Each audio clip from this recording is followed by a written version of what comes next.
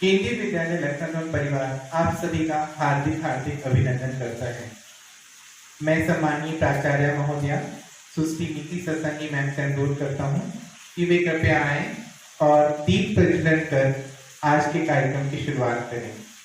आदरणीय प्राचार्य महोदया, आकर शुभ कर कमलों से करें दीप प्रज्वलन, आकर शुभ कर कमलों से करें दीप प्रज्वलन, ईश्वरीय आभा से आलोकित हो जाए ये प्रांगण।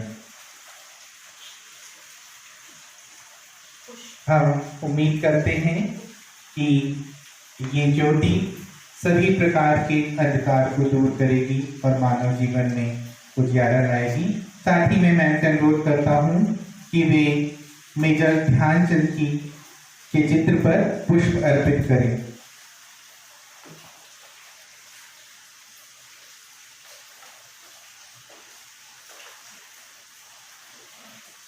धन्यवाद ma'am. We now present before you a short clip on hockey legend Major Dhyanchand.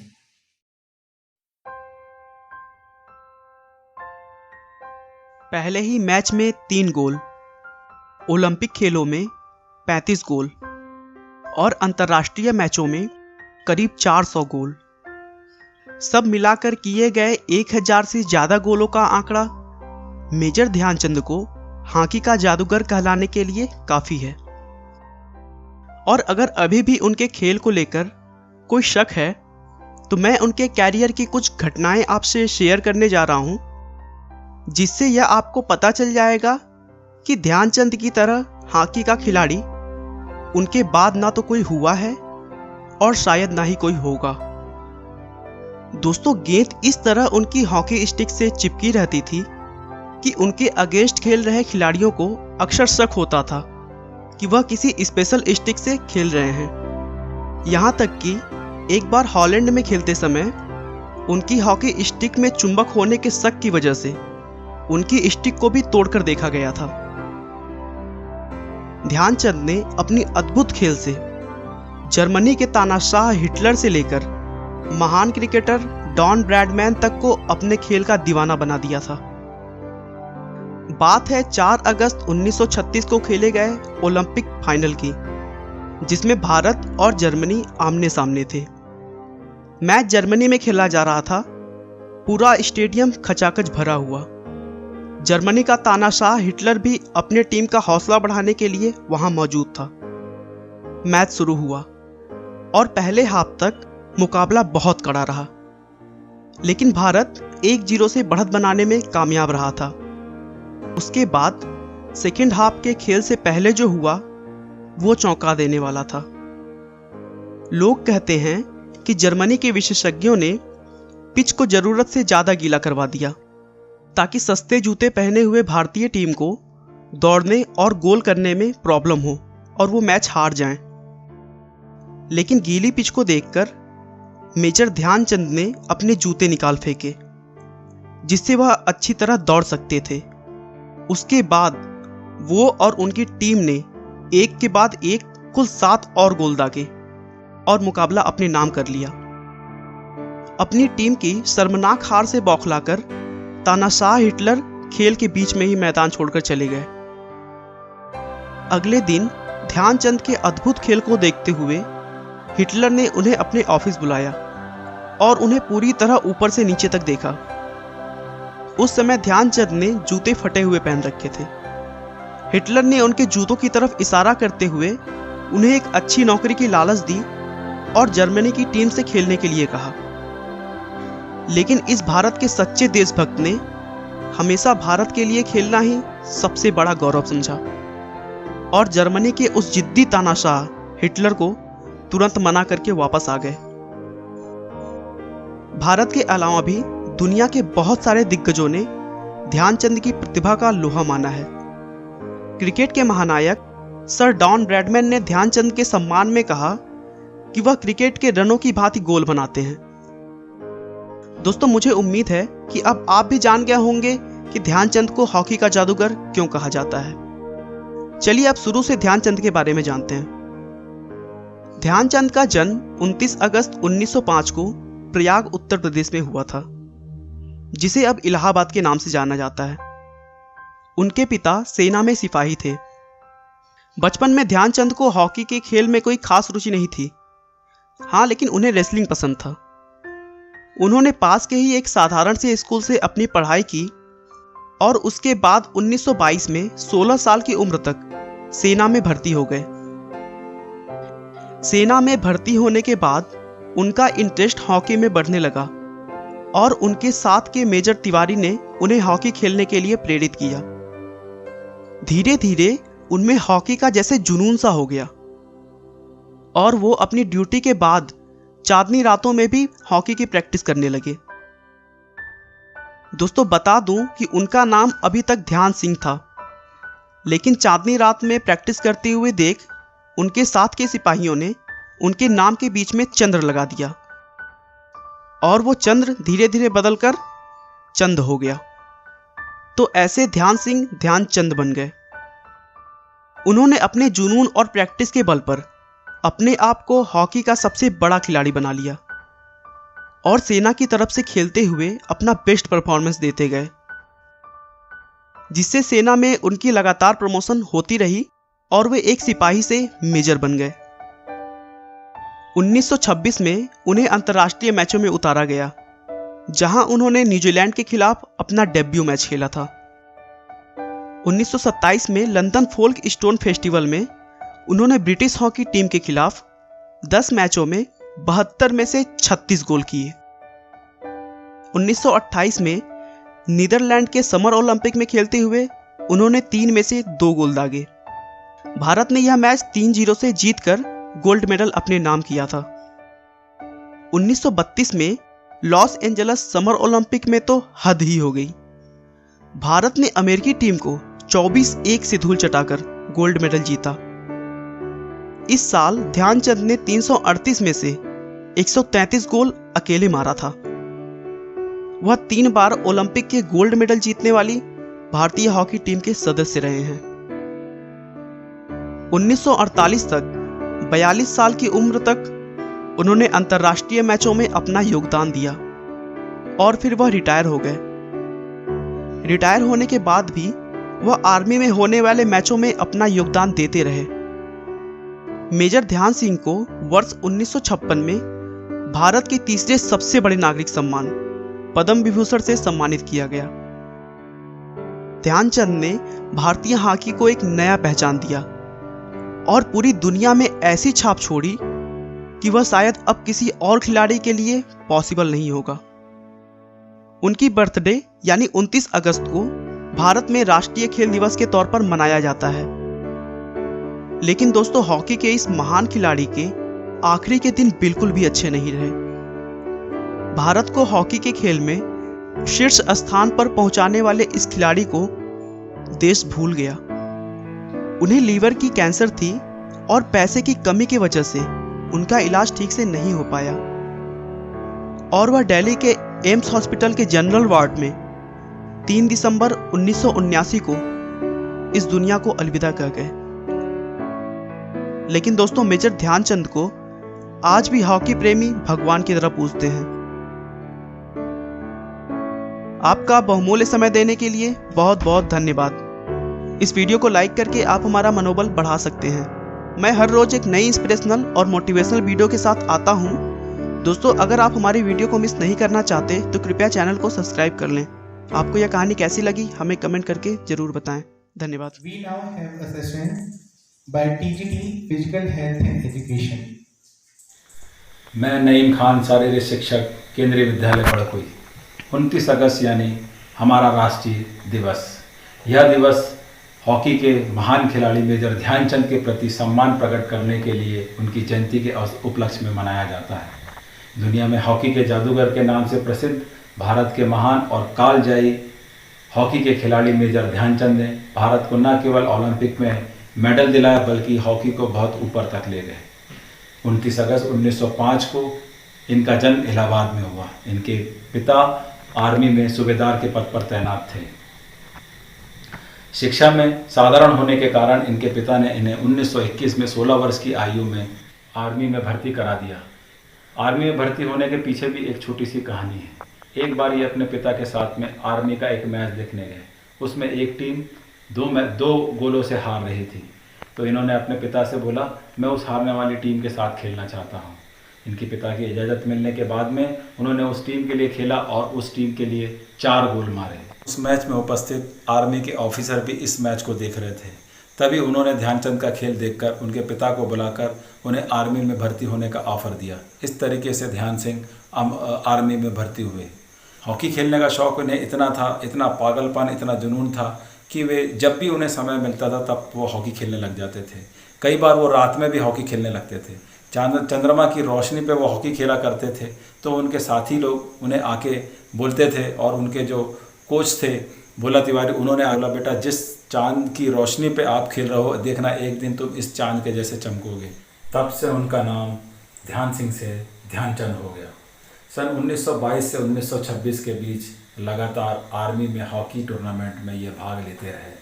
उनके कठिन परिश्रम और अच्छे खेल की वजह से उन्हें पहली बार अंतर्राष्ट्रीय प्रतियोगिता के लिए भारतीय आर्मी टीम में न्यूजीलैंड दौरे के लिए चयन किया गया। इस दौरे में भारतीय आर्मी टीम ने 21 मैचों में से 18 मैच जीते। इसमें ध्यानचंद का प्रदर्शन बहुत ही अच्छा था। 1928 में एम्स्टर्डम में पहली बार जब भारतीय हॉकी टीम ओलंपिक में भाग लेने जा रही थी, तब उसमें ध्यानचंद भी भारतीय टीम के सदस्य थे। यहाँ भारतीय टीम ने 4 मैचों में 23 गोल किए और भारत को पहला स्वर्ण पदक दिलाया।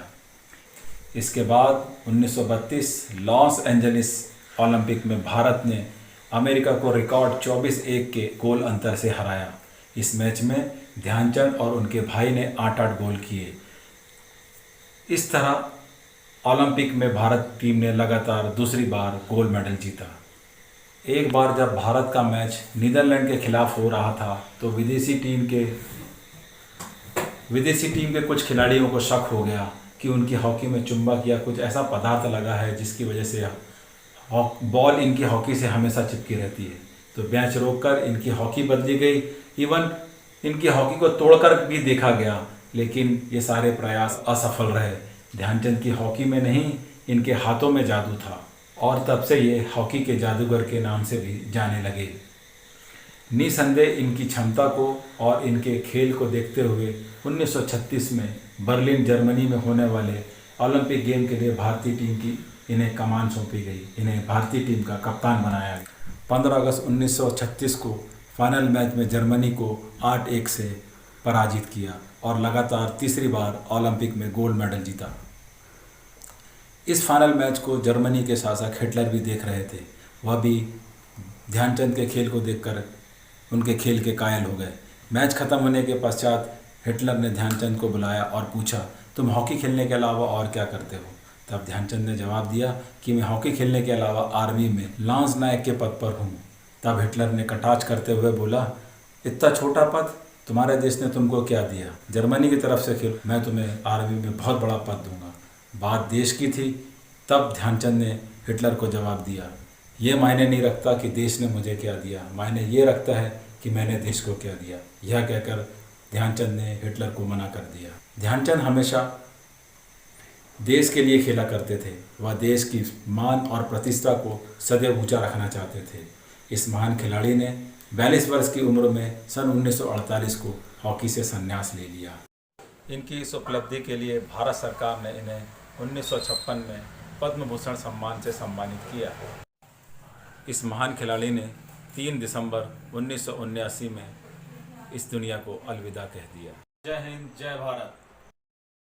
Ladies and gentlemen, now we present before you a PPT on fitness activities by our students and staff members. Please enjoy it.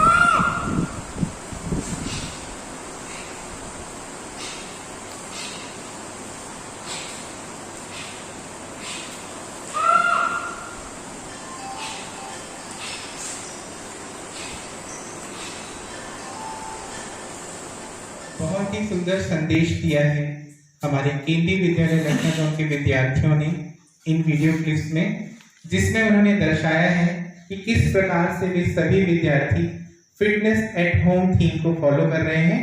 और मुझे आशा ही नहीं, पूर्ण विश्वास है कि हमारे विद्यालय के विद्यार्थी भविष्य में भी इन एक्टिविटीज को अपने घर पर करेंगे और स्वस्थ रहेंगे। आज के कार्यक्रमों की श्रृंखला में अब मैं आमंत्रित करता हूं श्री आरपी चौधरी सर को, जो fitness and wellness through sports पर अपने विचार व्यक्त करने जा रहे हैं। आदरणीय श्री आरपी चौधरी सर।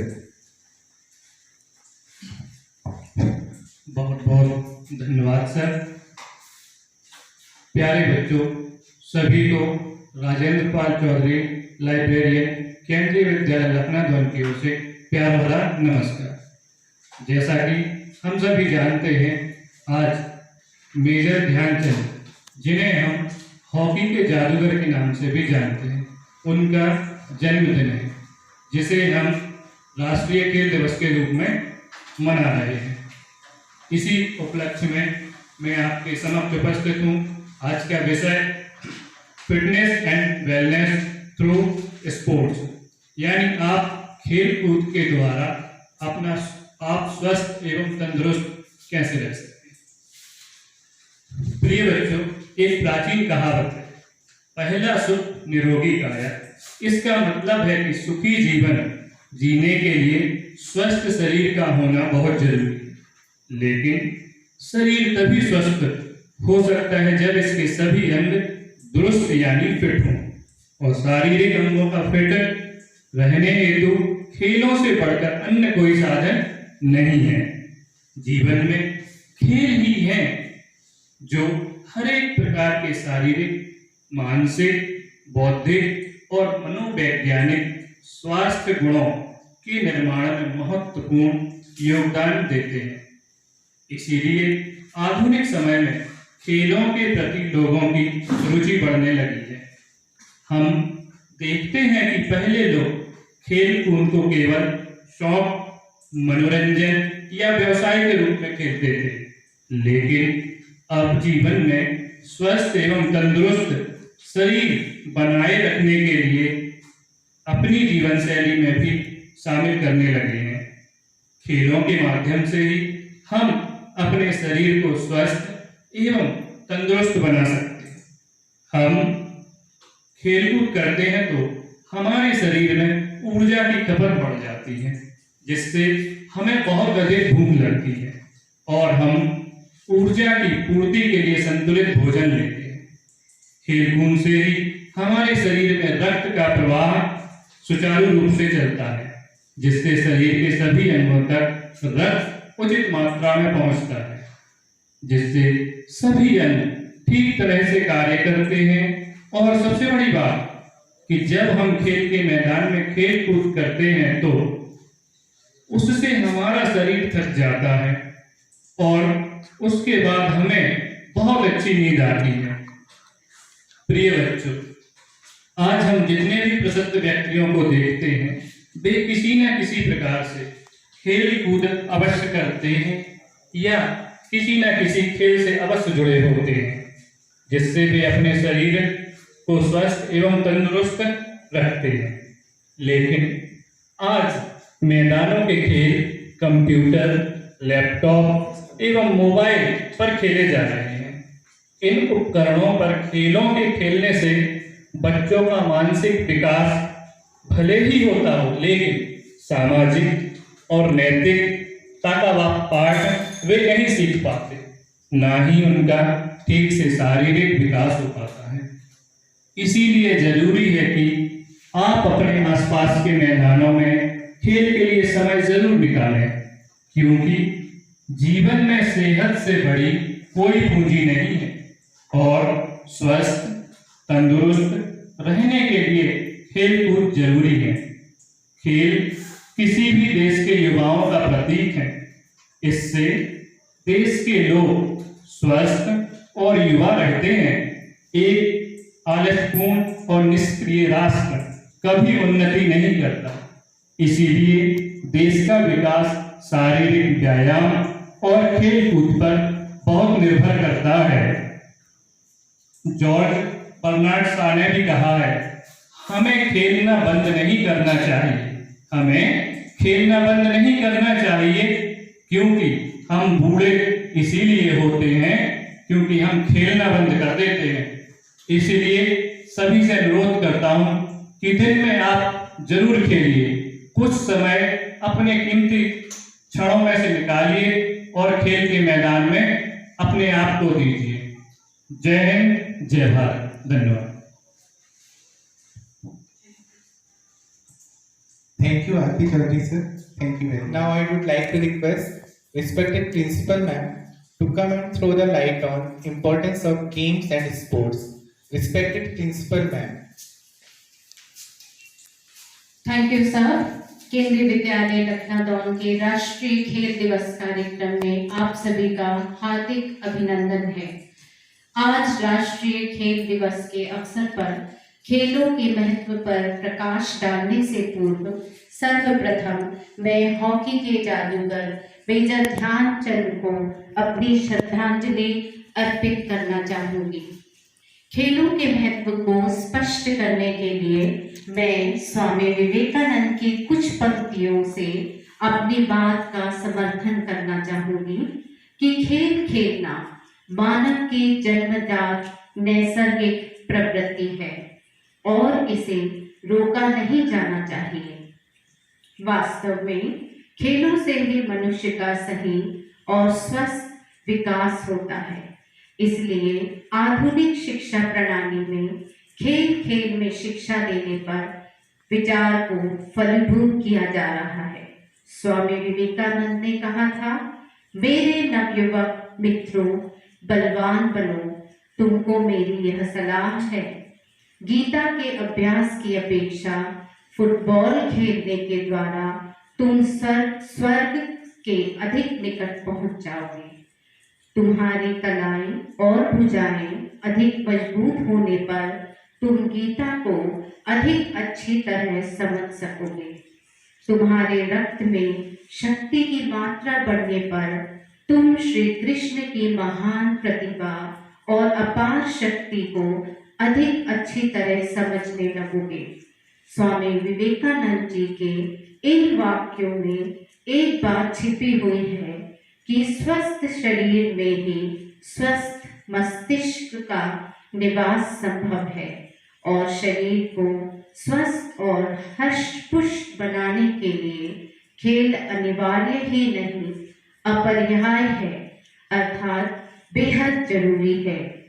बहुत सारे लोग खेल और व्यायाम को एक मान लेते हैं, पर मैं स्पष्ट करना चाहूंगी कि खेल के द्वारा दायरा बहुत बड़ा है।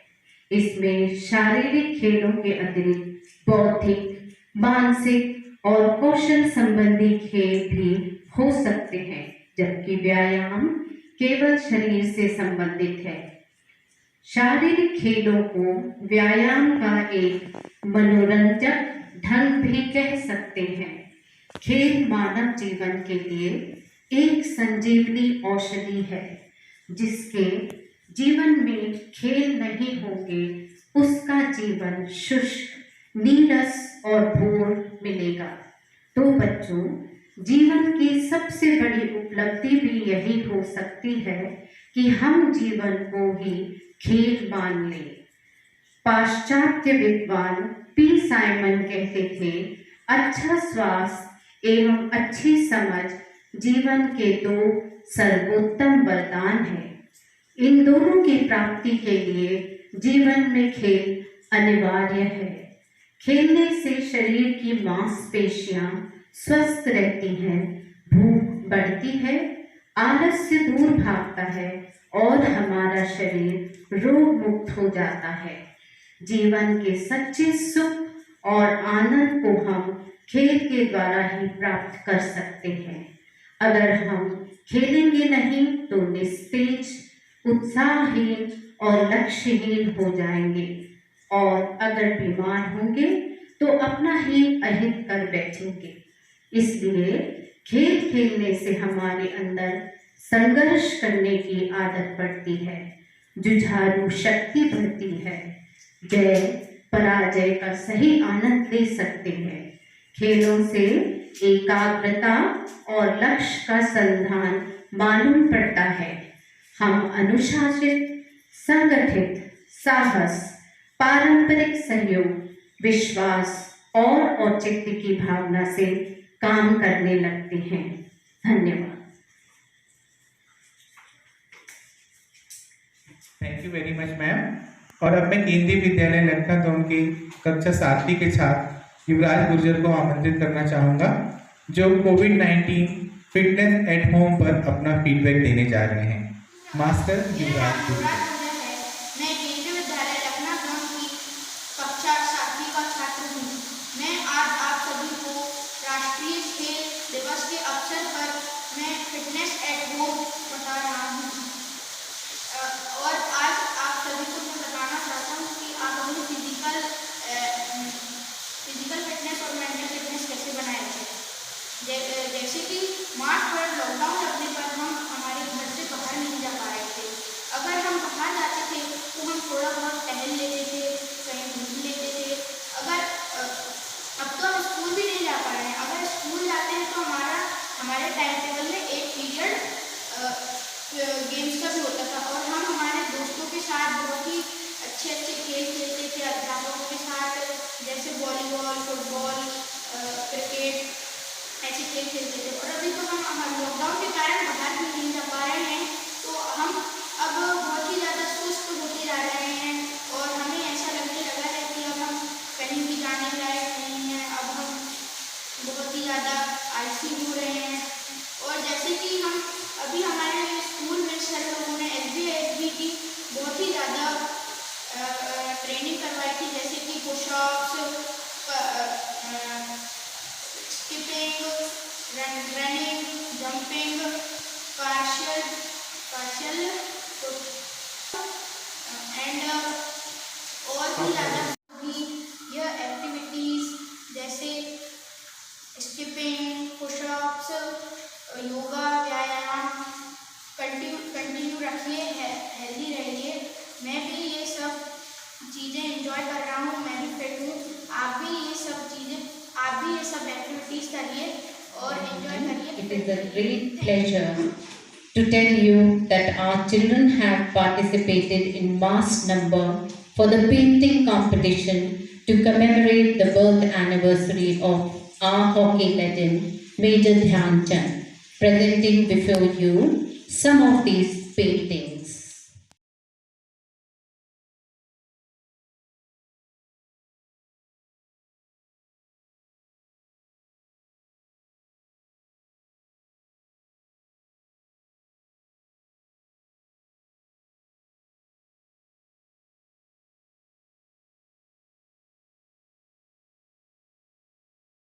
Ladies and gentlemen, last but not the least, we have an inspirational message by the guest of the day today, Miss Sangeeta Rathi.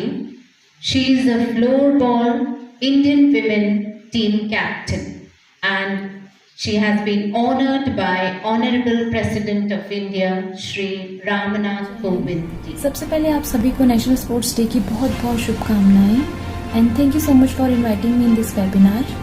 I will love to share my views and experience with all of you. सबसे पहले मैं आपको बताना चाहूँगी कि मैं खुद एक स्टूडेंट हूँ और यही है कि if you have something in your life you really like or you have some special talent or your heart is into something else, मैं ये नहीं कहूँगी कि अपनी स्टडीज़ को completely neglect कर दूँ, but अगर आपके पास कुछ इंटरेस्ट है लाइफ में, अगर आपको कुछ इंटरेस्ट है किसी चीज़ में, तो आपको उसके ऊपर फोकस करना चाहिए. And because this is what I did as well, like I focused on sports. जब मैं 4th-5th क्लास में थी तो उस टाइम पे क्या होता था कि मुझे मेरे को पढ़ाई में अच्छे मार्क्स लेकर आने हैं ताकि मुझे सुनने को ना मिले कि पढ़ाई कर लो, ये मत करो वो मत करो. मुझे सब करना था. मैं अपनी पढ़ाई में देती थी सारा एफर्ट, अच्छे मार्क्स लाके, और फिर मुझे जो करना है, म्यूज़िक, डांस, जो भी करना है मेरे को करने को मिलेगा. बट देन 5th-6th में आई रियलाइज़ कि मेरा इंटरेस्ट स्पोर्ट्स में ज़्यादा है. तो आई डिसाइडेड कि मैं जो एफर्ट 100% फर्स्ट आने के लिए लगा रही हूँ, वहाँ पे 80% एफर्ट लगा के 20% स्पोर्ट्स में लगाऊंगी. तो ऑटोमेटिकली माइंड ने ये सोच लिया कि वहाँ कम करके थोड़ा सा यहाँ ऐड ऑन करना है। उस टाइम पे क्या होता था कि हमारा लंच 45 मिनट्स का होता था। 45 मिनट्स में 10-15 मिनट्स खाने में लगते थे, बाकी हमारा खाली होता था कुछ भी करो। तो मैं क्या करती थी, मैं किट बैग उठाती थी और ग्राउंड में जाके खेलना शुरू करती थी। देन आई रियलाइज़ कि यार लंच टाइम तो बहुत कम है खेलने के लिए, स्पोर्ट्स पीरियड हर रोज़ लगता नहीं है। तो जल्दी उठे, असेंबली से पहले जल्दी पहुँचे स्कूल में और असेंबली से पहले वाला टाइम जाके खेल लिया। अपने आप माइंड में ये आइडियाज़ आने लग जाते थे, क्योंकि उस समय एक मोटिव आ गया था दिमाग में कि अब मुझे स्पोर्ट्स में अच्छा खेलना है, आगे बढ़ना है, प्लस मुझे स्टडीज़ को भी कम नहीं करने देना, स्टडीज़ को भी एवरेज रखना है। तो अपने आप माइंड को रास्ते निकालने लग गया। अच्छा खाने लग गई कि ज़्यादा जंक फूड खाएंगे तो आपको स्टेमिना की प्रॉब्लम होगी, स्ट्रेंथ की प्रॉब्लम होगी। तो अपने आप वो खाना भी अपने आप अच्छा होता रहा, टाइम की यूटिलाइजेशन भी अपने आप होती रही। तो कहने का मतलब है, अगर आपकी लाइफ में कोई एम आ जाए तो आप बहुत स्मूथली ईजिली लाइफ चला सकते हो। तो फर्स्टली आपको अपनी लाइफ में एम रखना है कि आपको करना क्या है। जब आपकी लाइफ में एम होगा तो उसके बाद उसको स्टार्ट कर दो, उसके बाद आपका माइंड इतना स्ट्रांग है कि वो उसे आगे कैरी ऑन कंटिन्यू कर सकता है। तो आप अपनी लाइफ में एम चूज़ किए, विदाउट एम लाइफ कुछ नहीं है, लाइफ कुछ नहीं है बिना पर्पस की। तो अपना पर्पस चूज़ कीजिए, अपना एम चूज़ कीजिए, आपको करना क्या है और उस एम को करने पे लग जाइए। माइंड अपने आप रास्ते उसके लिए खोलेगा और यू फील लिटरली सेटिस्फाइड, आपको बहुत सेटिस्फेक्शन होगी उसको करते वक्त। एंड यस, ये भी है कि आप कुछ चीज़ कर रहे हो तो वो किसी कॉस्ट पे आपको करनी पड़ रही है। Like everything come at a cost, so if you want to succeed you need to give up an easy life. For that you should have आपको मेंटली स्ट्रांग होना पड़ेगा उसके लिए। मैं हमेशा कहती हूँ कि मेंटली स्ट्रांग बहुत इम्पॉर्टेंट है एक पर्सन की लाइफ में, क्योंकि वही एक चीज़ है जो एक नॉर्मल पर्सन को एक एडवांस और एक एवरेज पर्सन को एक बेस्ट पर्सन से अलग करता है कि उसका माइंडसेट कैसा है। अगर आप मेंटली स्ट्रांग है तो आपके रास्ते में कितनी भी डिफ़िकल्टीज आ जाए आप उसे ओवरकम करके आगे बढ़ जाएंगे। अगर आप मेंटली स्ट्रांग है तो आप अपने आप को इम्प्रूव करेंगे हर दिन, चाहे कैसी भी सिचुएशन हो। तो मेंटली स्ट्रांग होना बहुत ज़रूरी है।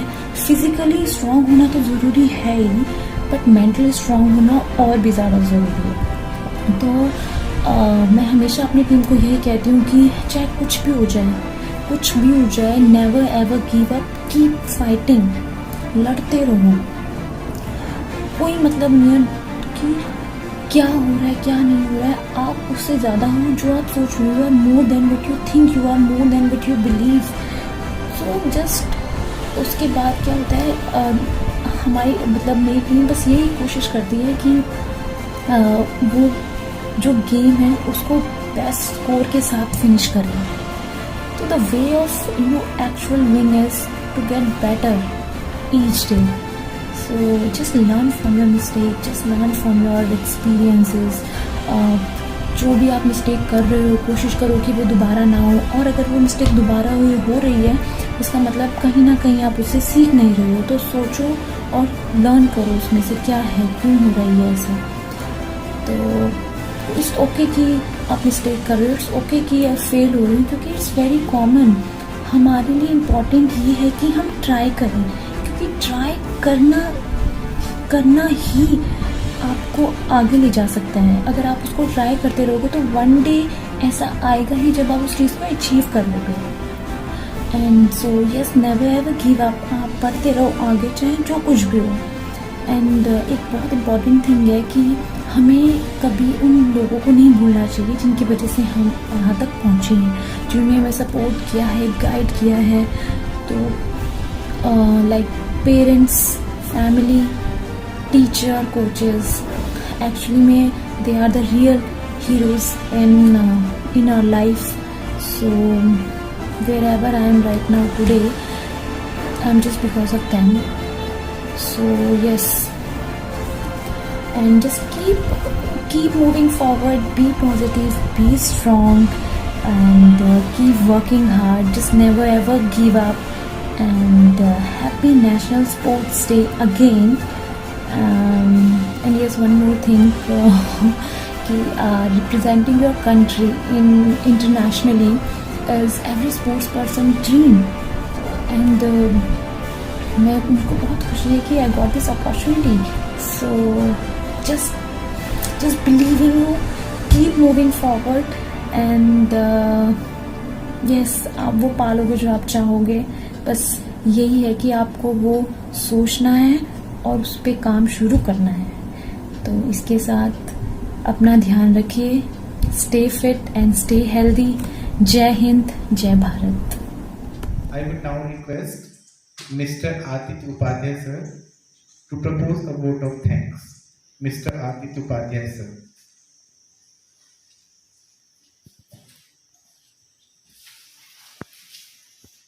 Thank you so much, sir. Gratitude makes sense of our past, brings peace for today, and creates a bright vision for tomorrow. I deem it a great honor and privilege to propose the vote of thanks on this memorable occasion. Let me start by giving glory to Almighty God, making this occasion a resounding success. First and foremost, with the deep depth of my heart, I would like to thank most esteemed Sri Tajuddin Sheikh, Deputy Commissioner, Kendriya Vidyalaya Sangathan, Jabalpur Region, and our worthy Assistant Commissioners, Ma'am Shahida Parveen, Sri Dharmendra Patleji, and Sri Sitaramaiya Medaji, for guiding us to make this program a grand success. Also, I would like to thank our staff members and workers for helping us to organize this program successfully. Thank you and have a nice day.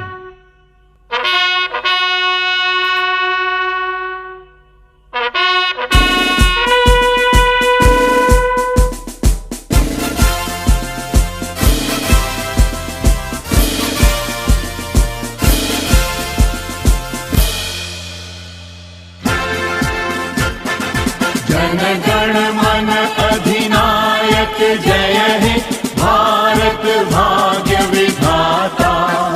Punjab Sindh Gujarat Maratha Dravida Utkal बंगा. विंध्य हिमाचल यमुना गंगा उच्छल जलधि तरंगा. तव शुभ नामे जागे, तव शुभ आशीष